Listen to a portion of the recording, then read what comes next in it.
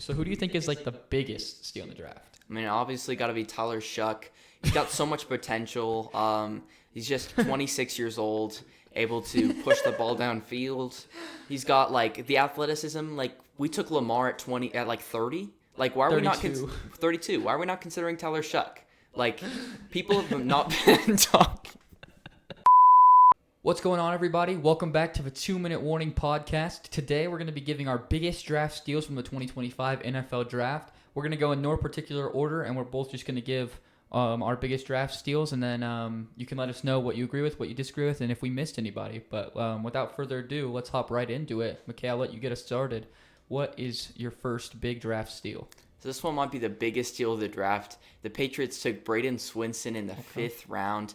I had him graded out as like a top 30 player. I think he's just at the back end of that. He's just such a skilled pass rusher. Got a pass rush plan. So good at winning with speed, beating all the linemen in college football basically that he went up against.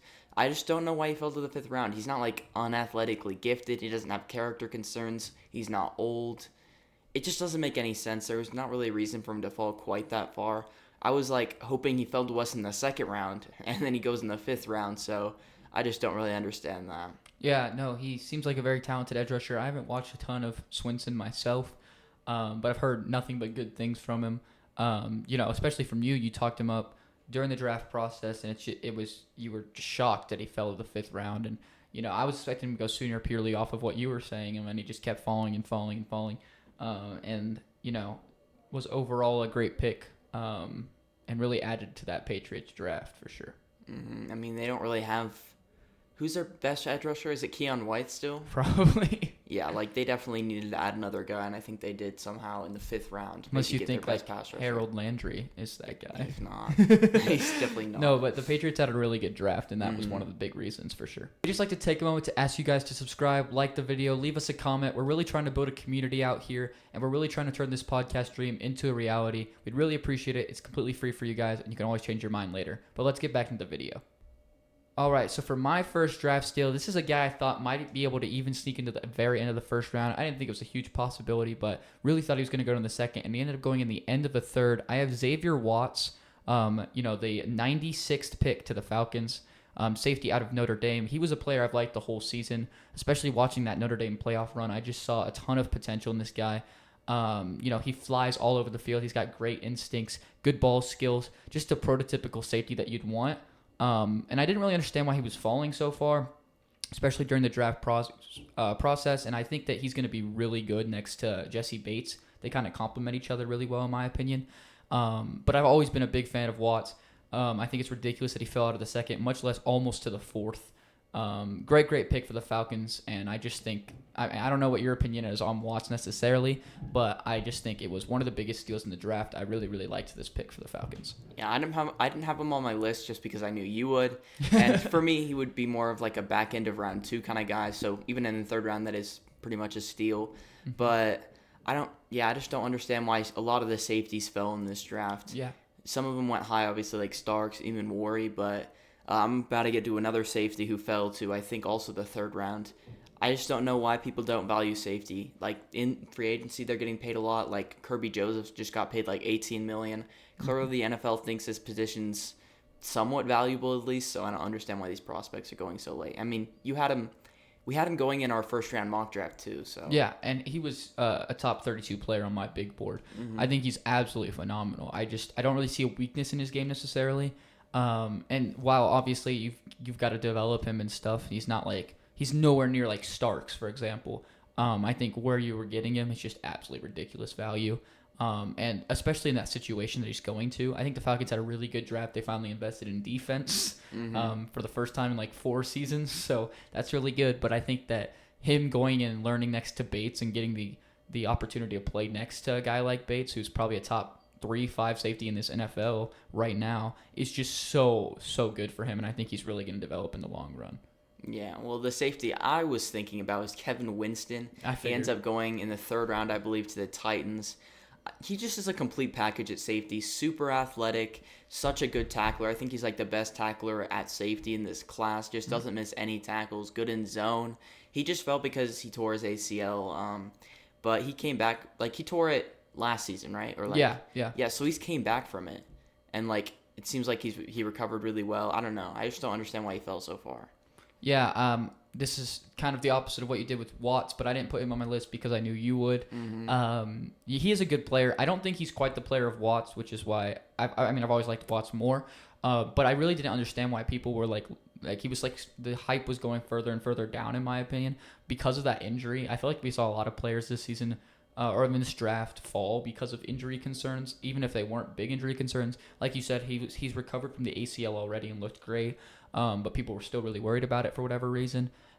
He played on an amazing defense, and he was arguably the leader of that secondary, and I think that he is just a great player. Doesn't miss tackles like you said, and I think that the Titans also had a pretty darn good draft, and Winston was a big reason why. A great steal for them.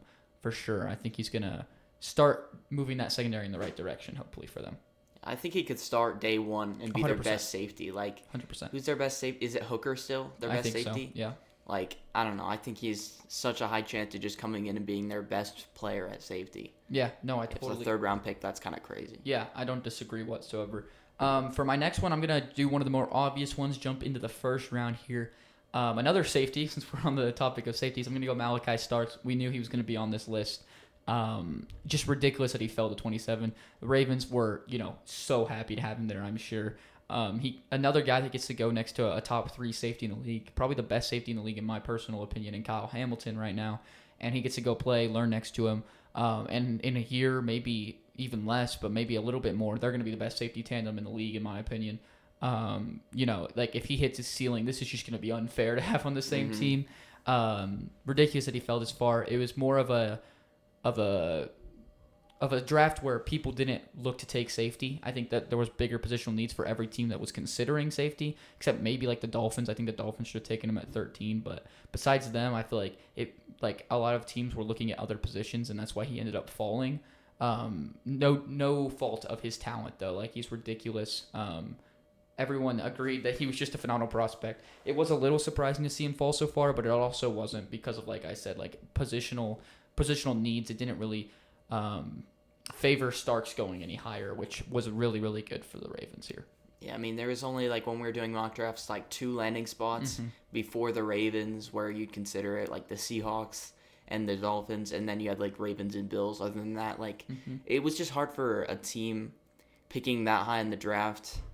Most of them kind of had safeties already or had bigger needs because they're really bad teams. But the Ravens secondary is now super versatile. Like, Kyle Hamilton can play slot, obviously. They weren't that good when he played slot, but he still finds slot. He can play both safety positions, play in the box at linebacker. You got Starks who can play free safety. He could play in the slot. Marlon Humphrey can play outside in the slot. They have just so much versatility now with the addition of Starks, and that was their biggest weakness on their team. They were playing Ardarius Washington last year at free safety, which, I mean, he surprised some people. He was, like, undrafted last year, but, again, like, he's definitely their weak point in their defense, so I really like this pick for them, and I think it makes their secondary instantly, like, easily, like, top 5. Yeah, I mean, I'd argue that their secondary towards the end of the year was top 5, top 10-ish. The big reason, like you were talking about versatility, the big reason the Ravens really struggled passing defense-wise in the beginning of the season was because they tried to transition, or they tried to play Kyle Hamilton a lot in that slot role, which just takes away arguably your best defender, probably their best defender, from his main position and just making the biggest impact that he can. And while Kyle Hamilton's not bad in the slot, it was shown that like when he played in the slot, they were like 30th or something in the pass defense, and when he was outside the slot playing his regular position, whether it was in the box or playing safety deeper, they were like top 3 or something. So I think that's just a big difference, and adding that versatility, like you said, now where they won't have to transition Kyle Hamilton as much as like they were wanting to at the beginning of the year, or having to in the beginning of the year, is just going to be such a big advantage. And they really showcased what they can do with that secondary when the players play, the pieces are in the right position towards the end of that season. And I think that's why the Ravens went on such a run at the end of the year, ended up taking over that division, looking like a real Super Bowl contender again after starting the year pretty rough. Losing to teams like the Raiders in the beginning of the year. But I think that adding Starks now is just going to take that defense to the next level. We'll talk about Mike Green in a little bit, but Mike Green also, if he off the field stuff ends up getting solved, now you have a potentially great edge to pair up on that D line. I mean, this defense could easily be top 2 or 3, maybe even 1 this season, based on how these players develop. Yeah, definitely. I mean, you got a little addition by subtraction, getting rid of Brandon Stevens to the Jets. Not really who's stepping up. Like, Wiggins is obviously now fully playing. I'm not really sure who their third corner is, honestly. I'm not sure either. Maybe they're expecting TJ Tampa to take that next step. I'm not sure. But, like, Brandon Stevens was so bad. The secondary is just going to get so much better just from the addition of Starks. Yeah, no, 100%. So my next one, it's going to be running back Caleb Johnson. He was a guy who I had as my RB3, like mid-second round pick, goes mid-third. Really good pick there, especially for the Steelers, who kind of need that workhorse running back. They have Warren. Yeah, Warren. He's on a restricted tag type thing where he's going to pay like $4 million, but after that they actually have to extend him and pay him, and they haven't really been willing to use him as much as they probably should. So I'm not sure how much they feel the need to feature him or like re-sign him, bring him back. But Caleb Johnson's just such a good football player, breaking tackles. He's just like a complete back basically, besides the receiving game, which can be refined, but you have Jaylen Warren in that backfield to complement him really well. And I think he has like an outside shot. Like, obviously, I think there's a better chance he doesn't, but there's a pretty decent shot he could get over 1,000 yards this season. Wow. So, I mean, Najee Harris had like 300 carries to do it, like every year. So they could just give him the Najee role, and he'll easily do better than Najee.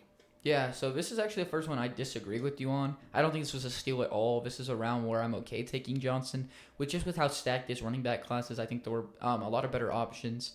Whether it was better value, better player, whatever it may be. But you had Johnson at your 3. If you haven't checked out our running back rankings, make sure you go do that. But he had Johnson as 3. I had Johnson at my 6.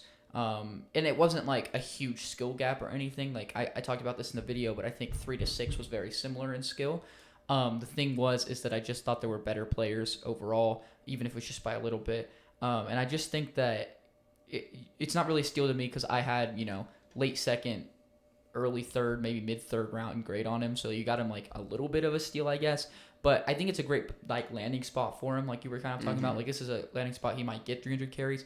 I'm a little sad because I really want to see what Jaylen Warren can do with more volume, because I really think that he is really good running back. They just don't give him the carries he needs. But like when Najee was there, at least, Najee's averaging a bad like 3.8 per carry. Well, Warren's averaging like 5.6 or something, and they're like, let's give Najee more carries. It makes absolutely no sense. Warren's also a great receiving back. I really like Warren as a player. But, I mean, Johnson's not a bad running back by any means. I think they complement each other absolutely perfectly, and I think that's what's really cool about this pick. However, I wouldn't consider it a steal. I just don't think – I think there were, better value picks, down the board or a little bit earlier. And while you would be picking a little bit earlier, I think the player being better was more worth it, if that makes sense. But, we'll see how Johnson does. I think he's going to be a great player in this league, especially at the landing spot. I really do like him, and I think that the combo of him and Warren is just such a perfect fit that it overall is a good pick for the Steelers specifically. But with my next steal, I'm going to go over to the end of the third round. I have Jared Wilson for the Patriots. I was kind of hoping, because I think the Broncos traded up to 95. Maybe it was... Oh, no, we traded up to 97. But I was really hoping Jared Wilson fell just a little bit longer, because it would have been really cool to get Jared Wilson, develop him for a year or so, because I'm not really sure what the future is for Luke Wattenberg for the Broncos. But he's just a ridiculously athletic safety. Center, not safety. Ridiculously athletic center. I think he ran a faster 40 time than Restrepo. I think it's really close either way. They're both like low 4.8s. Yeah, but I mean, like, obviously that probably says more about Restrepo than it does Jared Wilson. But either way, that's crazy that you're running faster than a wide receiver at center. Like ridiculous athlete, like I said, and that can lead to a lot of potential. Obviously, he's shown flashes of being a good center. Without that, obviously he's not pro ready right this second. I don't think he's ready to just slot in and start day one. But I think that he has got tons of potential to be a great player. And when you're taking a shot on a guy, basically fourth round, I think this is the second to last pick of the third, including the whatever that word is, compensatory picks or whatever. Compensatory. Yeah, compensatory picks. And so, very good value, I think, for a player like that. I'm hoping they give him a year to develop and stuff, which I think they will. Signing Garrett Bradbury this offseason, maybe they're trying to have him mentor him. But overall, great pick. Another great pick from the Patriots that added to that draft. Like I said, hoping the Broncos got him just for some depth piece and some developing. But overall, really, really good pick for the Patriots. I hope Garrett Bradbury doesn't mentor him. Garrett Bradbury's so bad. But, I mean, I don't think Jared Wilson's more ready than Garrett Bradbury is. Yeah. At playing in the league for 6 years, but he needs to get stronger. That's the main thing with Jared Wilson, just because I don't know, he just had struggles in the run game, dealing with nose tackles and stuff. I mean, he's 300 pounds, maybe a little bit more. He's just not a very big player compared to some of the strong players he's going to go up against. That's his one thing you need to worry about. But his pass protection's pretty good. He can get to the second level with his speed. I mean. 4.8, I think that was the fastest alignment time this year. That's actually insane. So athletic. Everybody's number one center this season, for the draft. And he was a top 50 player for me, so this is an insane pick. Yeah, no, I love the value. And honestly, I think that even if he doesn't, like you said, he needs to put on some weight, I think. But he can definitely do that. Even if it's not all muscle, he just needs to put on some weight in there. Get more of a power blocking skill set, because right now he's very much an agile type guy, a speed blocker type guy.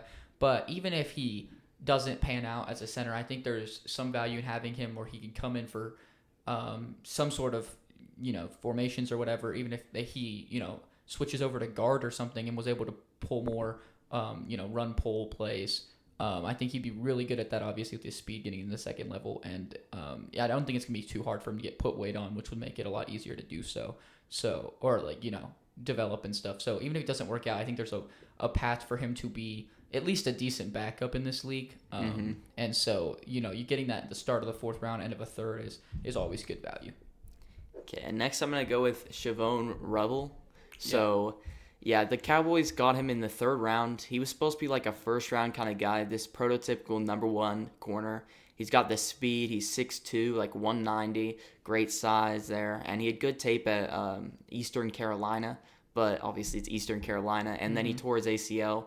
And I think he's had multiple injury issues, which is why he fell so far. But I just don't understand why that's not a guy you take at in the 40s or before the 40s. Why is he falling to the third round? I mean, I was banging the table for the Packers to take him in the second round. And I think we picked once in the third round before that. I just don't understand why he's falling so far with all the tools you need. He's so good in man, and he's actually not even that bad in zone. Just going to be able to be, when he's healthy, starting for the Cowboys, obviously. And in the third round, that's crazy value. Yeah, no, for sure. I remember you telling me all about why isn't Revel going? I want him so bad. Yeah. Keep falling. We're gonna take him, and then you guys wouldn't take him, and then you'd be so upset. And my only problem with Revel is, like you said, he played at Eastern Carolina, so it's hard to know exactly how good he's gonna be when he starts playing actual receivers. But his tape does look good, and if he can continue to keep, if he can continue to rise against harder competition, then he's gonna be great. But like you said, he did tear his ACL or whatever the injury was. And we have seen in this draft that teams really hate that if people get hurt. So I think that's obviously the biggest reason he fell. But there's a very good chance he could be a great corner in this league. But there's also a pretty good chance that he could bust, if he can't rise against that competition, which is the only worry for him, of course, and if he can't come back from that injury.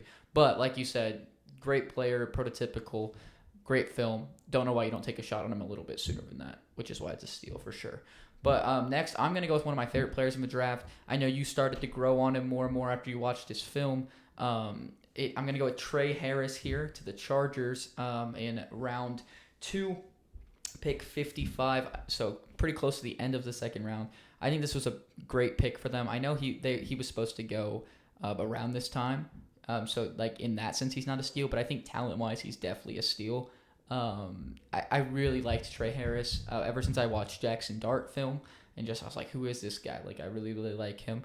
I think I had him, excluding Travis Hunter, I think him as my wide receiver 3 I think you did too, actually. Yeah, I don't know why you're saying like I warmed up to him. Yeah. I actually watched him and then I put him on third spot. No, I know, but like you were like, I didn't see anything special when I watched Dart and stuff because It's more of what you see when he's not getting targeted, in my opinion. Well, no, for sure. But I think like I think he's shown a lot despite the limited route tree, which we'll talk about in just a sec. But I the only thing I was saying is like I liked him when I watched Dart, and you were like, well, I just didn't see anything because you hadn't watched the film yet. But then you like so you got on board and were like a big fan of him. Is all I meant. After you watched the film, obviously, because you got to watch film. But I think that he was a great prospect. I didn't really understand why people didn't like him more. He had coming out of Ole Miss, he had the small route tree, just run hitches and goes, and everyone's like, that's such a problem. Well, it's part of the scheme. It's not that he can't run any other routes.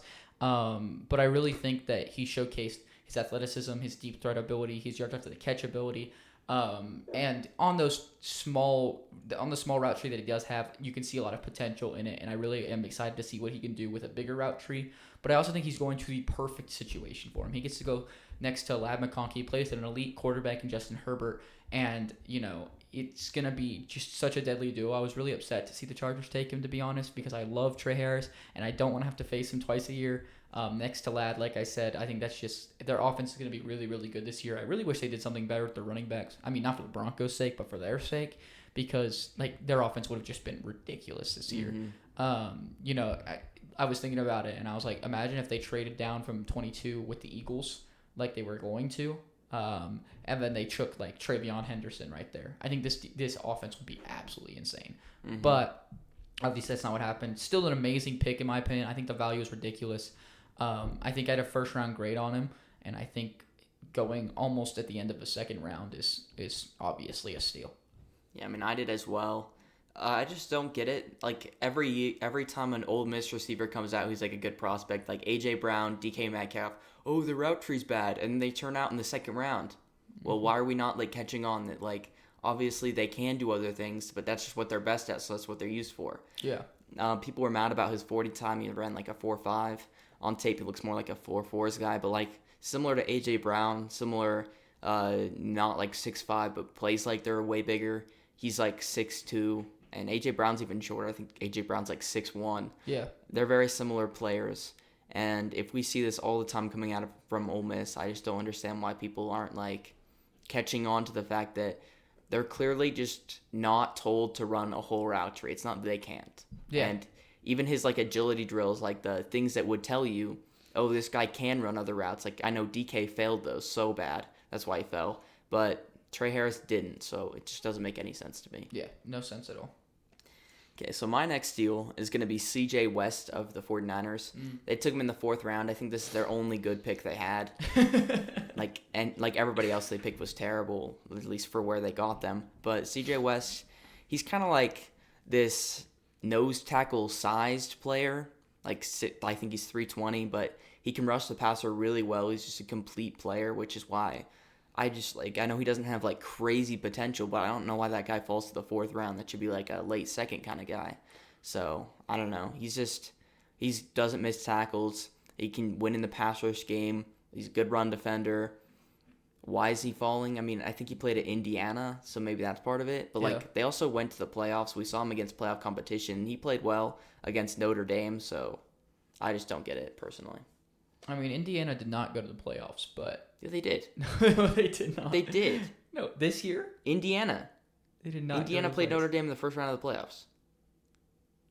Are you being serious? Yes. How? Because they had like, I don't know what it was, but they were like 13-0. I remember when BYU was trying to get into the playoffs. They're one of the teams went. You're actually right. Yeah. Yeah, okay. Indiana did go to the playoffs, but they were not good. I remember watching Yeah, that I Notre know. Dame game. That It was so sad. It was so sad. I literally erased it from my memory. It was so bad. I was thinking of Arizona State. I was like, I think you're thinking of Arizona State, but I completely forgot about the first round of the playoffs. Every game was kind of trash, to be fair. Yeah, it was. But anyway, yeah, I've heard a lot of good things about CJ West. I honestly haven't watched him, but everyone's saying it was just such a big steal. They didn't understand why he fell. All the good things. And I think every player that goes to the Niners seems to hit their, not every, but most players that go to the Niners seem to hit their full potential. So I feel like it's probably a pretty good landing spot for them. Robert Saleh is really good at developing players. So I'm sure it's going to work out for them, and I think, you know, they're hopefully going to move in the right direction because, you know, being a team that was, you know, supposed to win the Super Bowl 2 years ago and then looked terrible this last season, lost a ton of players this offseason and had a terrible draft. It's not looking great for Niners fans right now, but hopefully for their sake they can bounce back eventually. My next one, I'm going to jump back into the first round. People are probably confused why we haven't talked about this guy yet. Arguably the biggest steal in the entire draft. I'm going to go Jahad Campbell here. Biggest steal in the whole draft? Well, you got to think about the value. I think Jahad Campbell, by far the best linebacker in the draft. It's not close. Prototypical guy, runs all over the field, tackles like crazy. Just such a good linebacker. I really thought he was going to go to the Bucs at 19. Really shocked when they took Emeka Egbuka, but especially because the fit. Like, I can't get over that pick, man. And people think it's like a really good pick. Like, I like the player. Don't get me wrong. I actually really like the player a lot more than you did. And I hate the pick. I just don't get it. Like, you have an insane receiving core, and you're just like, yeah, let's not take the perfect fit in Jahad Campbell. Let's take the other guy. But anyway, I think that the Eagles getting him at 31 is just unfair. They always seem to luck out and have someone that was just obviously a good player fall to them every single year. We saw it with DeJean last year. They got Quinion. That was more of not falling, though. DeJean was more of a fall. We've seen it with Jalen Carter. We've seen it with tons of players with the Eagles. It's like everyone else is scared to take the guy that's falling, but the Eagles are like, we'll take him, and it will always work. So I don't know why other people don't catch on to that. But just ridiculous value. They were trying to trade up, like I said, with the Chargers. With a couple teams, they really were worried Jahad Campbell's going to go. And then they, ended up getting him at 31, only giving up a 5th-round pick. Just insane value for a player that's probably a top 16 player in the draft. So good. And, playing on that defense, I'm sure he's going to get plenty of development out of him. Yeah, I had him on my list, but also, how is this the biggest in the draft if he's supposed to go at 16 and he goes at 31? Because that's half a round. That's half the first round, but still. You doubled his value. He was supposed to go at 16, goes at 31. That's double the amount of spots, It's like yeah, but really they also don't really need linebacker. They don't need anything, but I don't know. I like the pick a lot, obviously. I'm kind of criticizing it basically for no reason just because you said it's the best pick of the draft or whatever. I said arguably. I didn't say it is. I don't know. I just think that it's more valuable to get a top 16 player at the end of the first round than it is to get a top 50 player in the 5th. Does that make sense? No, I don't get that. That's what I think, because getting a superstar, like a guy who I think is going to be a superstar, is more valuable than a guy who I think is going to be a good starter. How often does 2 superstar linebackers work out as well as 2 superstar linebackers should work out, if that makes sense? I just don't think there's ever 2 superstar linebackers on the same team. Patrick Queen. I'm trying to think of Patrick Queen and Roquan worked amazing together. Yeah, but it wasn't And Patrick Queen's clearly not elite now that he left. Yeah, and I think Jahad Campbell is going to be better than Queen. I think his ceiling is way higher than Queen. Yeah, but I wouldn't take that at 31. I think he'll be better, but And Bond, he's getting up there in age slowly but surely. They just signed him. Yeah, for 2 years, I think. It was 3 or 4. Right? I don't think it was 4. I think it was pretty short term. Because, he obviously broke out when he was 28. So that's pretty tough to sign him to a long-term contract. And I think people underrate the middle linebacker position so much. As a guy who's watched his team. Terrible linebackers. Who's watched his team his entire lifetime have terrible linebackers. I promise they're a big deal. I was so excited when we signed Dre Greenlaw because we finally have a linebacker that knows how to play football. Broncos fans are so used to having bad linebackers that they think Alex Singleton is great. I think he's Pro Bowl level, which is just ridiculous. But he really is a liability. When you have a bad linebacker, it's a really big liability. Not only in the run game, because so many defensive schemes, you have the linebacker covering the last hole. So they run through that linebacker misses a tackle, or they're not getting there fast enough, or they're not in the right position. That running back's gone. In the pass game, they can pick on your linebacker.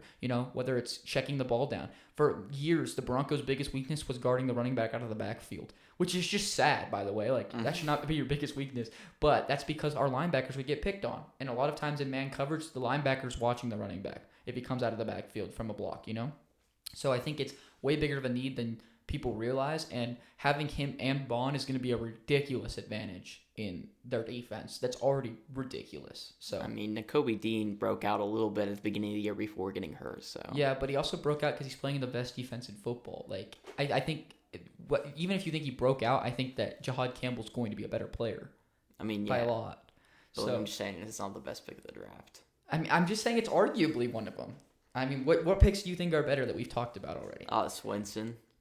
You're in love with Swinson. No, huh? I'm not. He went in the 5th round. Yeah, well, I just think that Jahad Campbell's a lot better of a player than Swinson. Yeah, he better be. He went at 31. Yeah, I'm just saying. Like, I think if Jahad Campbell went top even 10, I wouldn't have been mad because that's how good of a player he is. Like, it would have been a much better pick for a team like the Saints that took Kelvin Banks. No, not for a team with so many needs taking a second linebacker. I mean, DeMar Davis is really old. Yeah, I don't care. He's like their best player. Okay, he's probably gonna retire after this year. Yeah, but they need to like.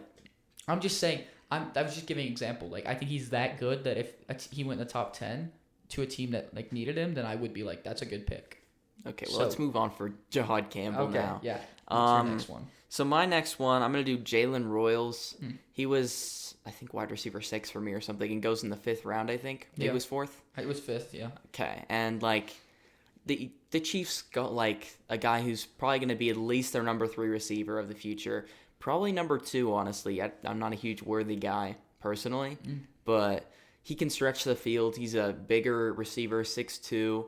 He's got great hands, good route running. He's just a complete receiver. He doesn't have like necessarily superstar potential, but like, I mean, they don't need a superstar. I think Rashee Rice can be a superstar. He basically was last season before he got hurt. So I 100% agree. Do you have anything No. to say about it? Okay, I think that Rashee Rice is super underrated. That you're bringing that up, and so they don't need a number 1 necessarily. Assuming he gets out of all the allegations or whatever. But I've heard some stories from Kansas City that apparently they're not talking about it at all. So I've heard that maybe the Chiefs paid him off or something because there were like I think 11 felony charges against him for the hit and run that he had last year. Was supposed to get suspended this season, but it doesn't look like that's going to happen. And obviously that's a good thing for the Chiefs because he is their best receiver. It's not close, especially with Kelsey just like disappearing last season. I mean, he fell off a cliff. But that, I mean, like he is a great player, and pairing Royals next to him is going to be really good for them. Really upset with how the Chiefs draft went. I mean, obviously, I have a Chiefs player coming up next. 4 players from their draft class written down. I think I have 2, but I was thinking about Royals. I just figured you'd have him on your list. I think that it's just stupid how many good players they got. I was really really upset about it, but I also just think that this is like exactly what they needed next to Rashee Rice. Rashee Rice, literally, like you said, he can be a superstar easily, and he really was in the beginning of the year. I think he was averaging like 100 yards a game until he got hurt. Obviously, it was only through like 3 games, but like that's still really good. And he kind of complements Andy Reid really well because he's so versatile, can really do whatever he's asked. And slotting in a guy like Royals, who's just a consistent guy that you want to come in and be able to develop him, and you're not really looking for him to be a superstar like you said, but more of just like a really good number 2, type of guy. Obviously, you're hoping it's better than that. You always hope that with your receivers, but I think that like realistic expectations, like a really really good number 2. That's crazy for a 5th round pick. Yeah, but he could really be a really good number 2. That's why you have him at your wide receiver 6 or whatever it was. I think he really can be that, and so that would be just really good news for the Chiefs. But my next player is another Chief. I think this is another one of the biggest steals. I think it's so not talked about enough. I think this is a great pick for them. I have Brashard Smith in the 7th round.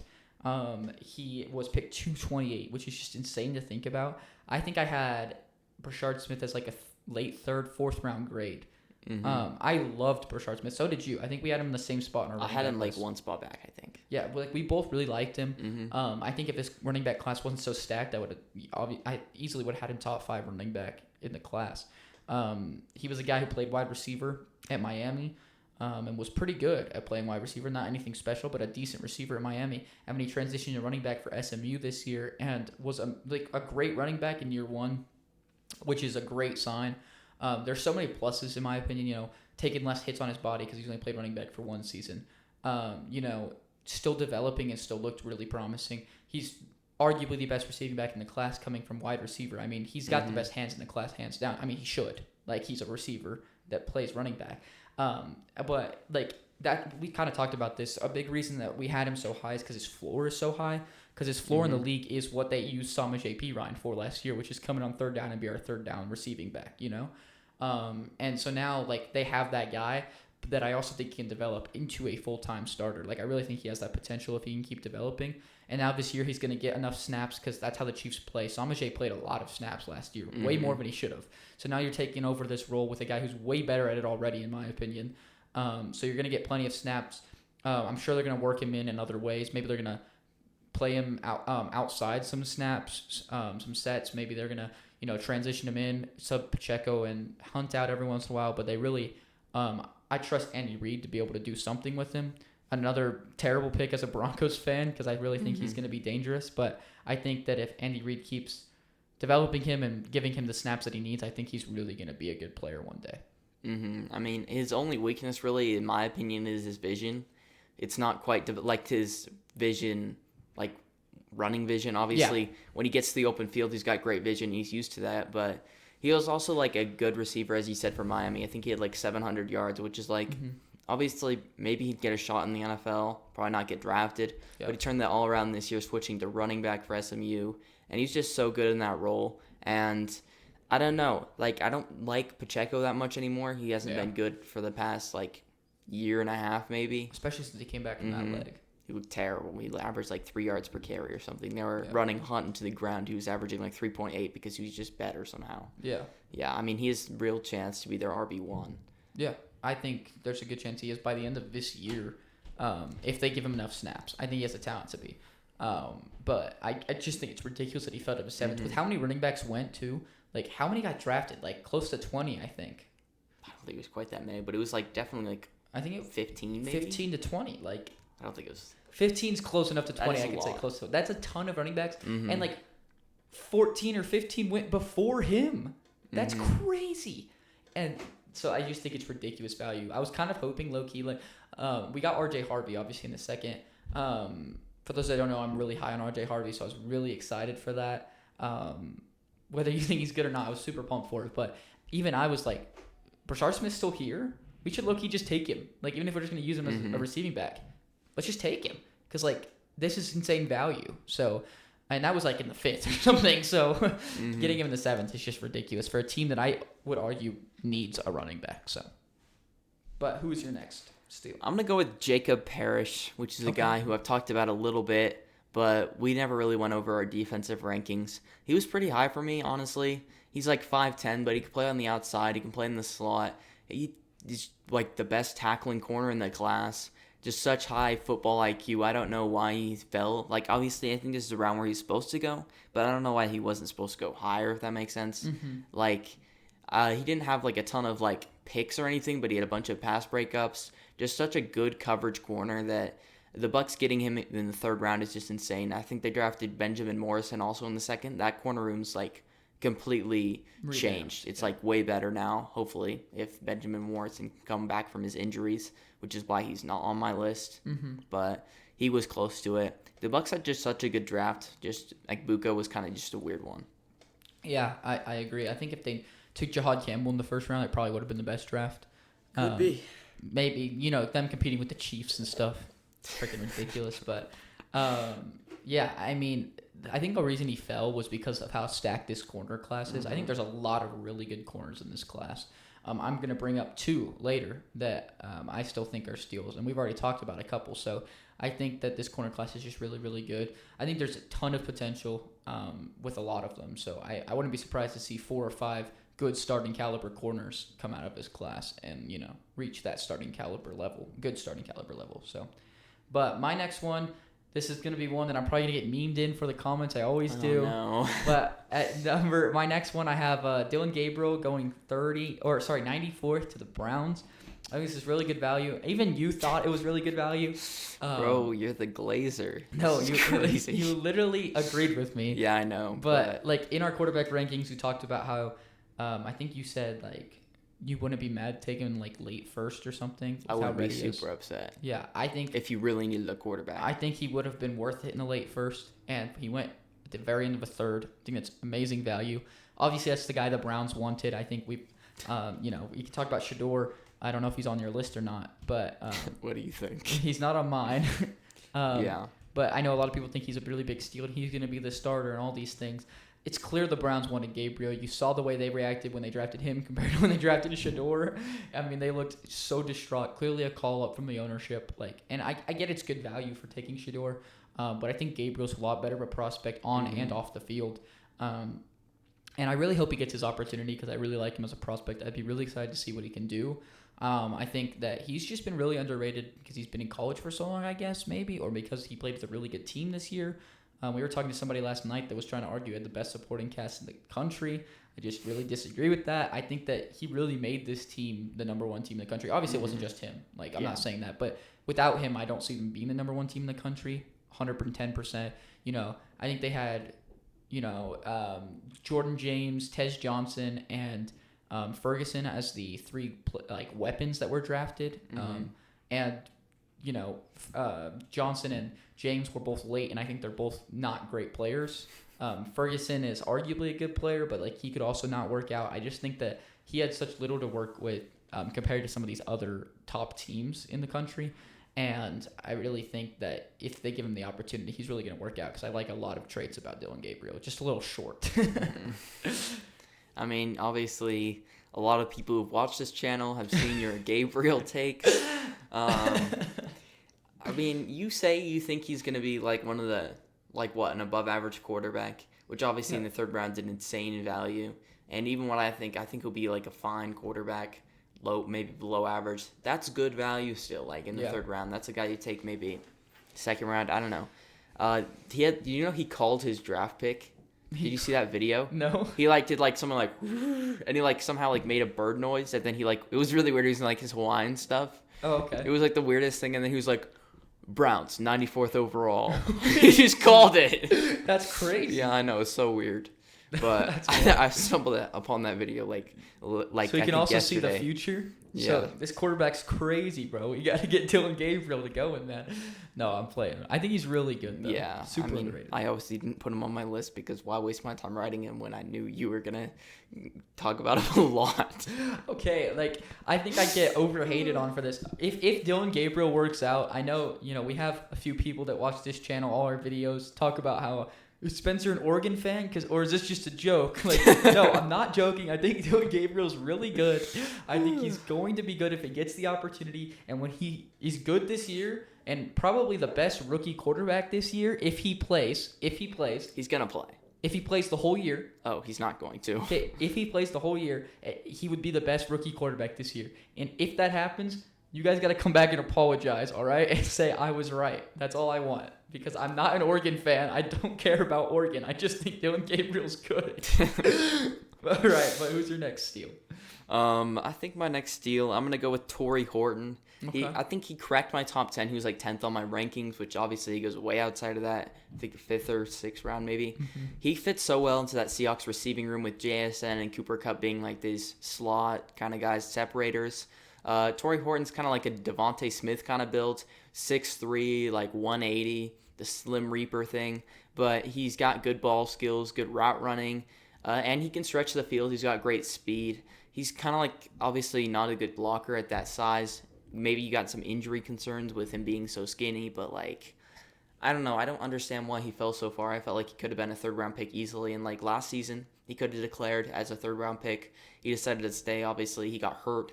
So he ended up dropping even more than he would have if he went out last season. But I just don't get why he fell so far. Yeah, I think Torrey Horton's definitely underrated as a receiver. Like you said, could have gone a lot higher, especially if he declared the year before. But obviously didn't do that, ended up getting injured, and that's just kind of how the cards fell. But I think that, he could really prove some people wrong, people that passed on him maybe, still, get some value out of, falling later, maybe get that second contract, whatever it may be. I really think he could develop into something, so. Yeah, I mean, he was super productive his whole career. I think he went up every year in yards. It was 1,100, 1,200, 1,250, and then he gets hurt, and it's whatever it was, 300 or 350 in the 4 games he played or whatever. Yeah. So, yeah. No, definitely. My next one's another obvious one. Going back to another obvious one. We got to bring him up. We're going Will Johnson to the Cardinals here. Mm-hmm. Pick 47 was just really, really good value, obviously. Obviously, we don't really know exactly what the injuries are with Will Johnson.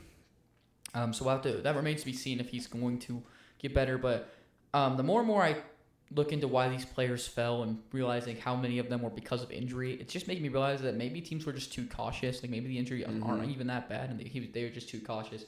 But I think I had Will Johnson as a top 10 player on my board. Me too. And getting him at 47 is insane. This arguably is the best pick in the draft. Another one of those arguably best picks if he pans out.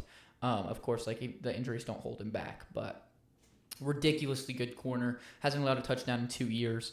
Played a little bit worse this year with the injuries, but the year before, just absolutely insane. Really, really good corner. Even this year, he was phenomenal when he was able to play, especially when he played healthy.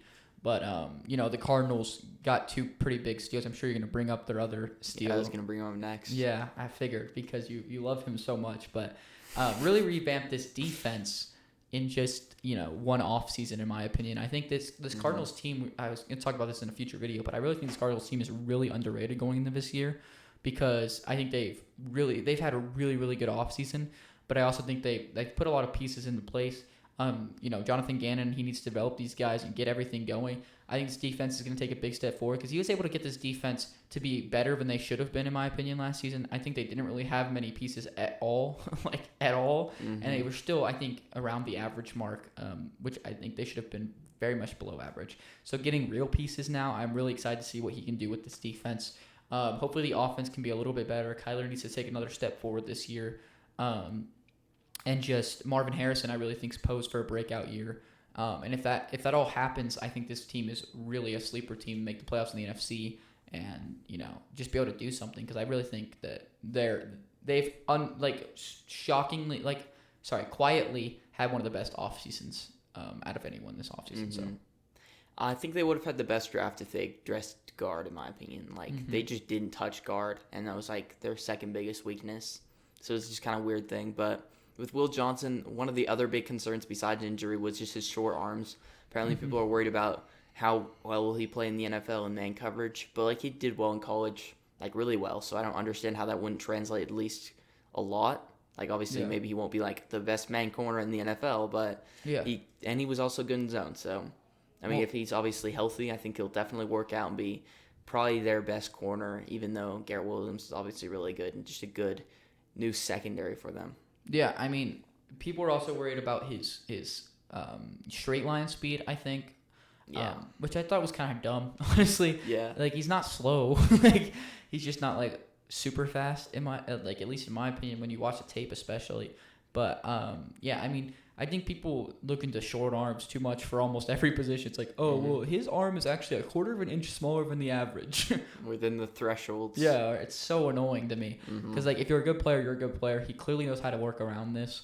I don't think it was close. I think he was by far the best man coverage corner in college football the last 2 seasons, even while he's playing hurt. So I think that, pure man coverage, and that's what people are worried about, the short arms. So I don't really get it, to be completely honest with you.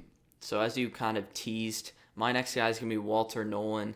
He was the 4th player on my board, ends up going at 16. Just an insane value pick for them.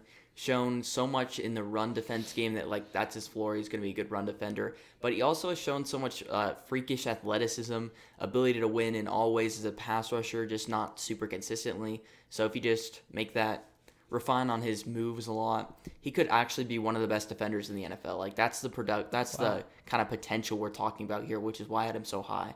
Obviously, I feel more confident Mason Graham's going to be a Pro Bowl player, but I think Walter Nolan could be like an All-Pro. So yeah.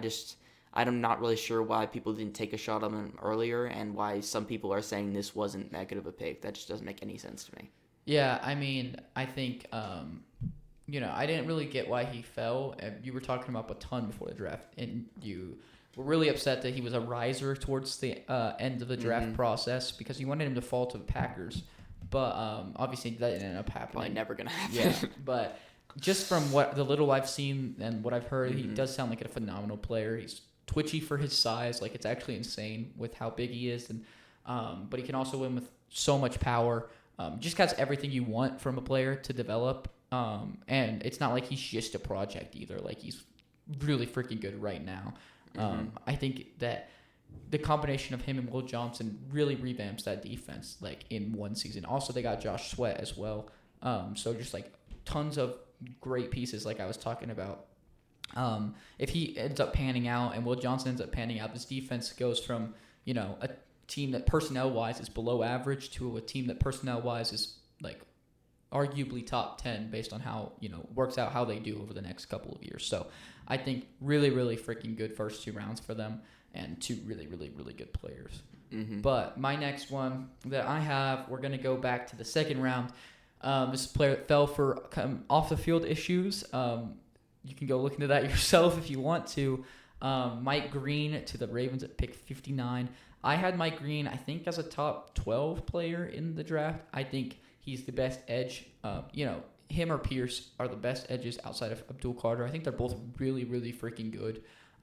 He's a little undersized, but he can still showcase, especially the Senior Bowl, that he can win with power despite his size. People were really worried about him playing at Marshall, so maybe his sacks are inflated. Obviously, they are inflated. But when he played against Ohio State, he was still able to showcase that he can win against top talent. At the Senior Bowl, he showcased he can win and dominate. So I think, doing this off of an on-the-field grade, I think this is easily a steal. Huge steal. Easily was a top 16 guy for me. Like, should have gone in the first 16 picks. To me, thought he was going to go to the Falcons for sure. Didn't end up going there because of that off-the-field stuff. But I think it's just unfair the Ravens got him. If he works out and Starks works out like we were talking about earlier, it's just not going to be fair. But, obviously that has to come with the off-the-field issues getting solved first. So who knows if that will get solved. But assuming it does, this is going to be a huge steal. And people are going to be mad that he fell this far because I think he's a really, really, really good prospect. I mean, the Ravens, one of their biggest weaknesses on defense has been having like a star pass rusher. Like, obviously they've been able to get guys with production, like Kyle Van Noy is getting like 10 sacks a season somehow still. Yeah. And like Odafe Owe, who's turned out to be a fine player, has been pretty productive. I think like 8 or 9 sacks last season. Definitely his best year of his career. But like Mike Green has a very good chance of being their best pass rusher they've had in years. Oh, like 100%. Aside from why can't Madubuike, yeah. I think he'd be better with Madubuike. I don't know, but I had him as like my 20th player, so like I was a bit lower than consensus, but obviously getting him in the 40s or like wherever he ended up going. 59, so they got 59. Him at 60 basically.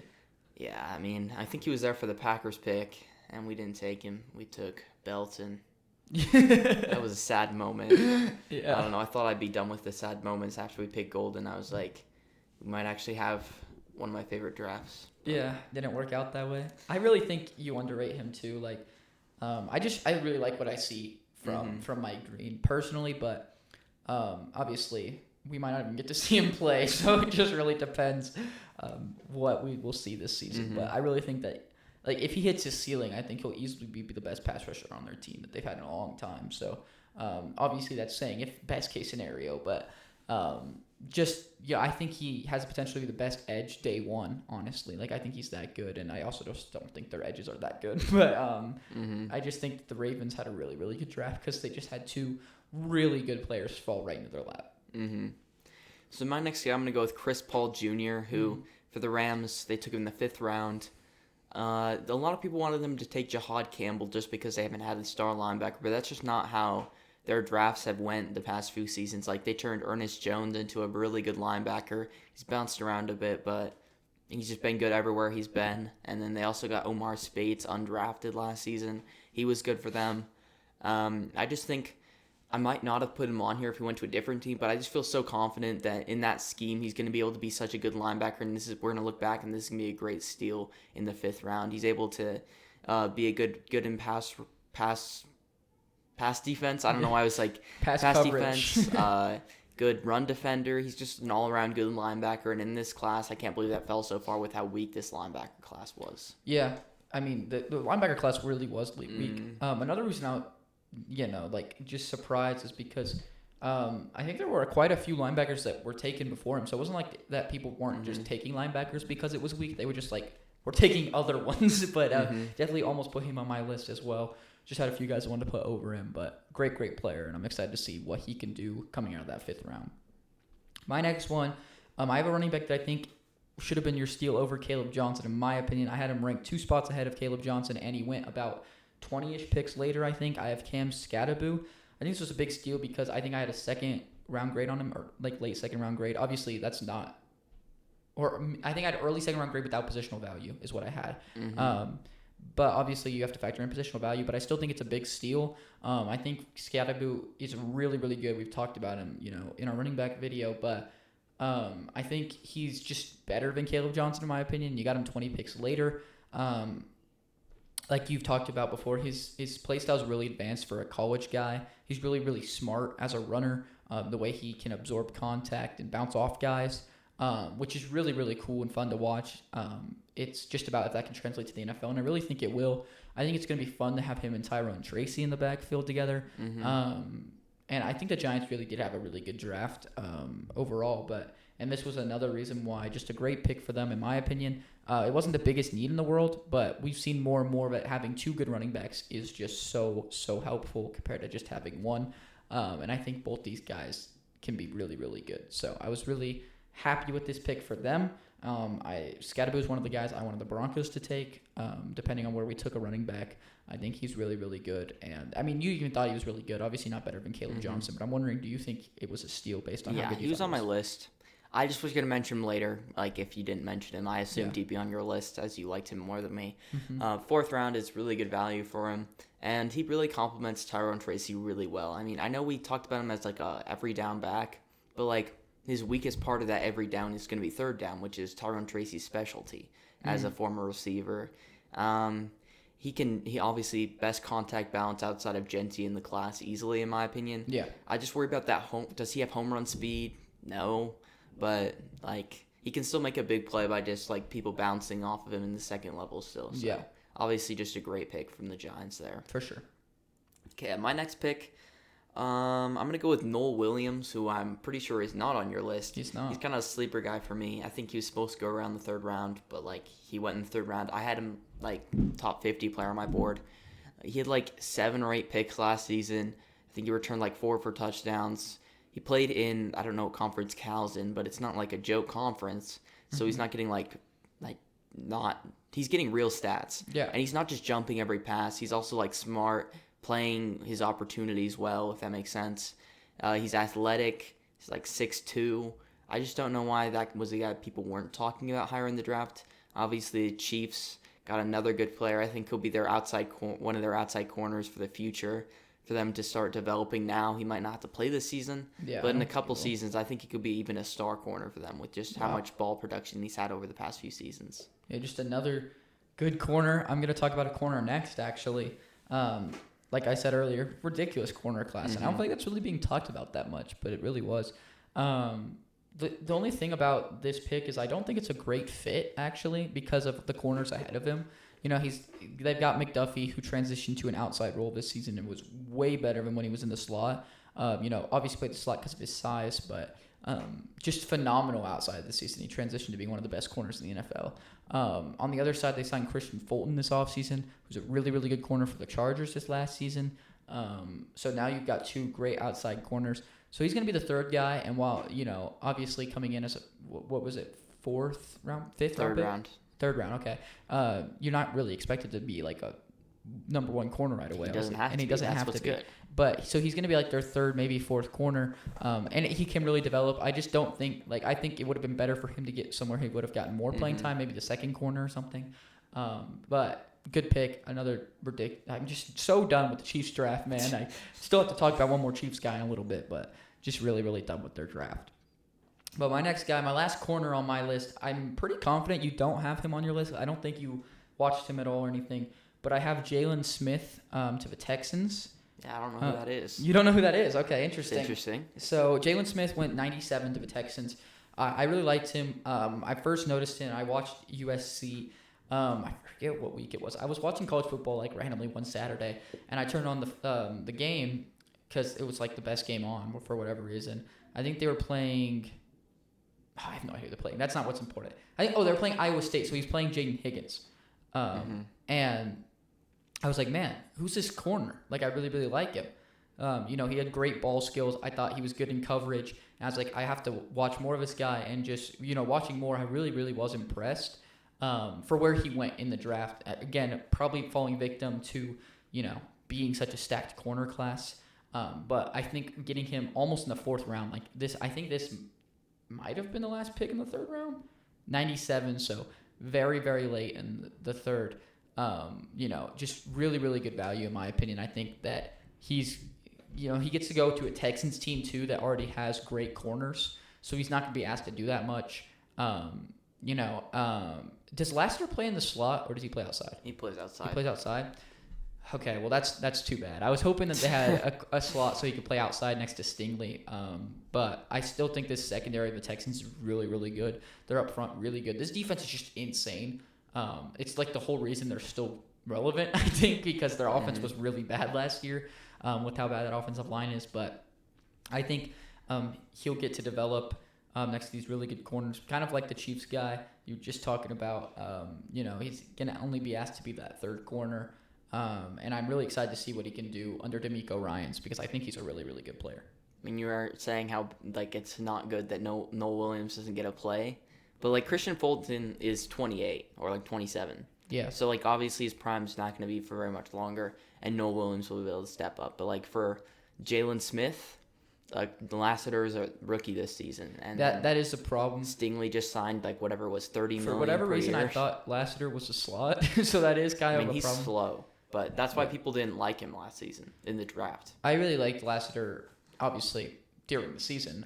But it is kind of sad learning. I don't know why I thought he was a slot because I feel like I knew he wasn't. But, maybe Jalen Smith can run some slot corner or something. I don't know a thing about Jalen Smith, so that's interesting. We'll see. But I really liked him from what I watched. Obviously, I didn't do a super deep dive on him, but just felt like I should bring him up because I think there's a really good chance that he could be a good corner. Maybe not a superstar, but a good corner, and this was really good value in my opinion.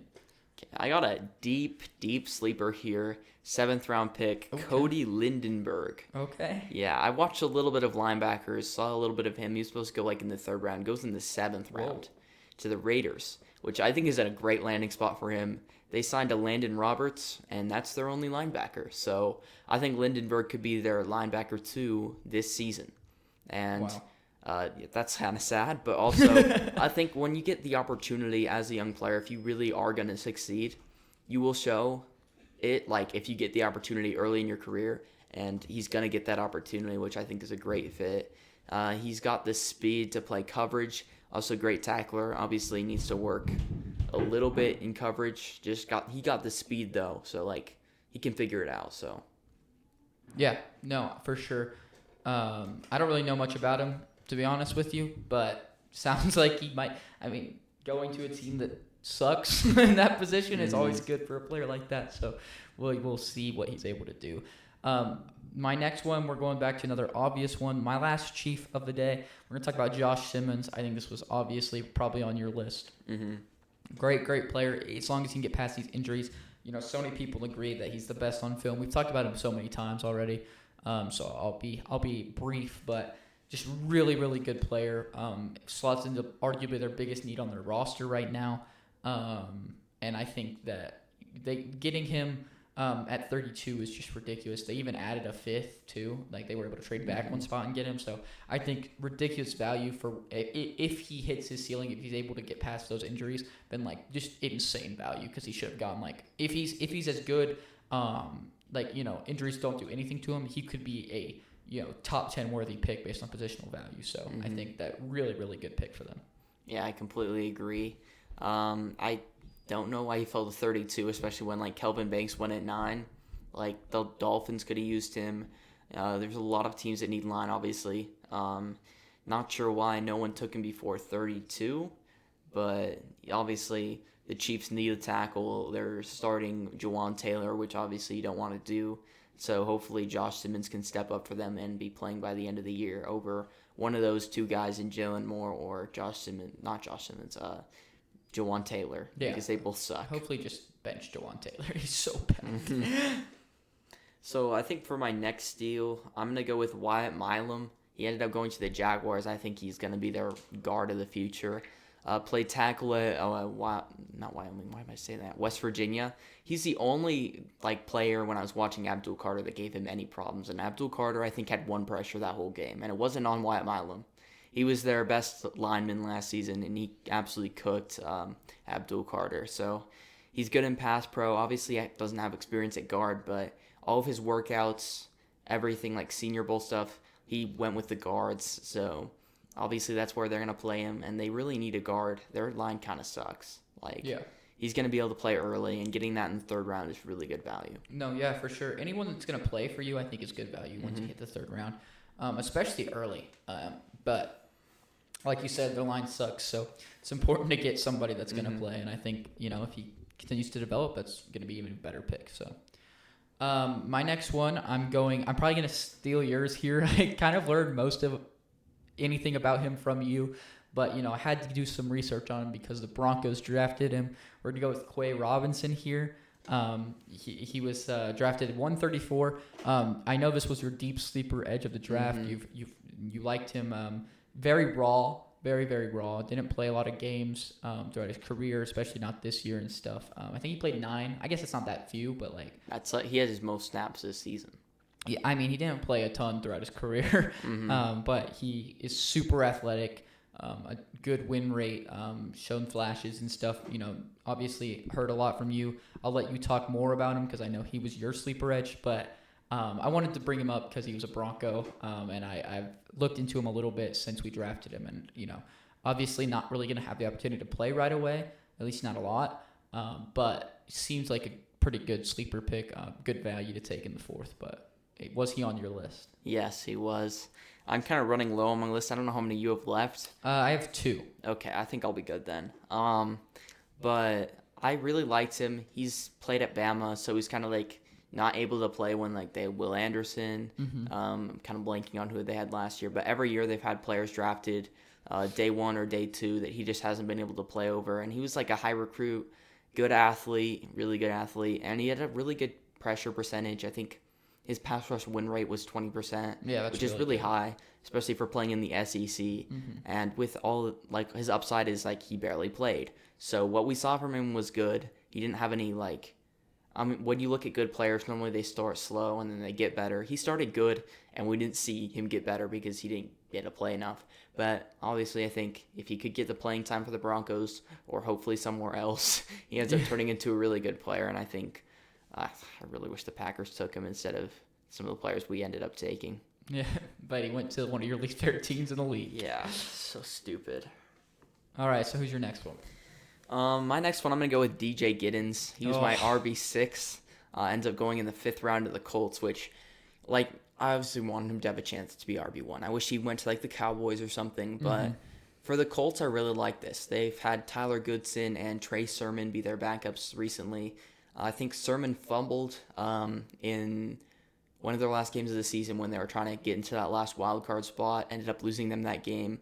Goodson in the playoff game, I think maybe it was the playoffs, first round of the playoffs against the Texans. No, it was to get in the playoffs. It was to get in the playoffs again. Which one would win the division or whatever? Yeah, threw it to Tyler Goodson on 4th down. Not sure why he's in over Taylor, but drops it. They lose that game too. So their backup running back's been the root of their problems at the end of seasons. And like DJ Giddens is a really good running back. He was obviously my RB6, as I already said. So getting him in the 5th round is really good value for a position that you clearly want a guy there who isn't going to mess it up. And I know they like Jonathan Taylor being their workhorse. Maybe they could take a little bit of that off of him now that they have a real backup running back. Yeah, I mean, I just completely disagree with everything. I just really don't like DJ Giddens. I think he's a bad prospect, especially with how stacked this class was. I would have much rather see them take a guy like Brashard Smith than him. And he went 3 rounds later? 2 rounds later? And that's a lot of value, obviously. I just am not a big Giddens guy. I know you're drinking the DJ Giddens Kool-Aid all the time. Oh, no. But I just think that he's not anything special to me. I think I had him 12th or something on my list. It's ridiculous. But I just think there's a lot of players I would have rather had, and I think the Cowboys got a better prospect with more potential at their pick than the Colts did. So I like Jaden Blue more. That's just an example because you brought up the Cowboys, but hater. But I'm not a big DJ Giddens guy. Not drinking the DJ Giddens Kool-Aid, so we'll have to see how he does in that backup role, like you said. My second to last one, my last obvious one, my last first round pick. I guess it's not obvious to everyone. I don't think everyone agrees, but a player that was really mocked really, really highly at the beginning of the year, had some off the field stuff, fell to near the end of the first round. I got James Pierce. I know you don't like the pick because of the trade up, but for talking about the player and where he went specifically, I think it's a steal. He's so phenomenal. I think you agree with that. I think you had him as your best edge outside of Carter. Is that right? And, he's a great, great player overall. And I think he was posed to go top 5 at the beginning of the college season. He fell quite a bit, obviously, off the field stuff. And I think he played a little bit worse this season than people were expecting. Expect him to take a bigger step. But I think he was amazing. From everything I watched from him, I really, really freaking like him. I don't really besides the off the field stuff, which just sounds like people don't like his personality. Besides that, I just don't get what people don't like about him. Really, really good player. Tons of potential. Him and Mike Green are two guys that I think are super even because I think they're both really good prospects. I think this is really, really good value because I think that he arguably should have been, a top 12 player drafted. So really, really good player in my opinion. Yeah, you took my last one. Oh, no, my bad. Every single person on your list was on mine, so even though mine was way longer, I let you pick those guys because I had some extra ones. So just go with your next one. I'll think of one while you go with it. Okay, you don't have to get another one. My last one is Darius Alexander, DT from Giants, picked at the start of the 3rd round. Really good value for him. Another great player that the Giants were able to draft. He gets to slot in next to Sexy Dexy. A great mentor for him, obviously. It's going to take a lot of the workload off of him, too, because I think they're just going to be really good in those 4-3 sets where they're playing both DTs. Because, obviously you want to double Sexy, not a 3rd-round pick. So you're going to have this guy that's able to just completely develop, learn really a lot from him, and then also just be able to never have to, deal with the short end of a stick. He's always going to, give that side to Dexy and just let him, single rush every single time, be able to win. And he's just a really good player. It's obviously they already have a DT, but you play so many 2 DT sets that I think this is a really good value pick for them. So my next guy is going to be a guy who, I don't know if he's the next biggest steal, but Landon Jackson in the 3rd round is good value. I've seen a lot of people talk about him. Have you seen the video of his progression of the drill? No. Like this, like the pass rush drill where they run by those blue things and they swat them. He looks so stupid the first time, but he's a freak athlete, 6'6", good athlete, good combine drills. He's got a lot of potential, and he beat Will Campbell. He owned Will Campbell that game, a lot of edge rushers did, but he was not super productive for. Why am I forgetting where he went? Wow, that's so embarrassing. Arkansas. But obviously still a good pick there in the 3rd round. He doesn't have to play early. You can develop him. He could be their edge rush 2 next to Gregory Rousseau. So I just really like that pick. Yeah, no, for sure. I've seen a ton of people talking about him. So excited to see what he can do. But yes, that is all of our draft steals that are on our list for today. Let us know if we missed anybody, if there's any steals that you guys wanted us to talk about, or if you think any of our players just aren't steals. Let us know in the comments. We'll make sure to respond to you guys. We love talking football with y'all. But we appreciate y'all watching, and make sure you subscribe and like the video. And yeah, have a good one.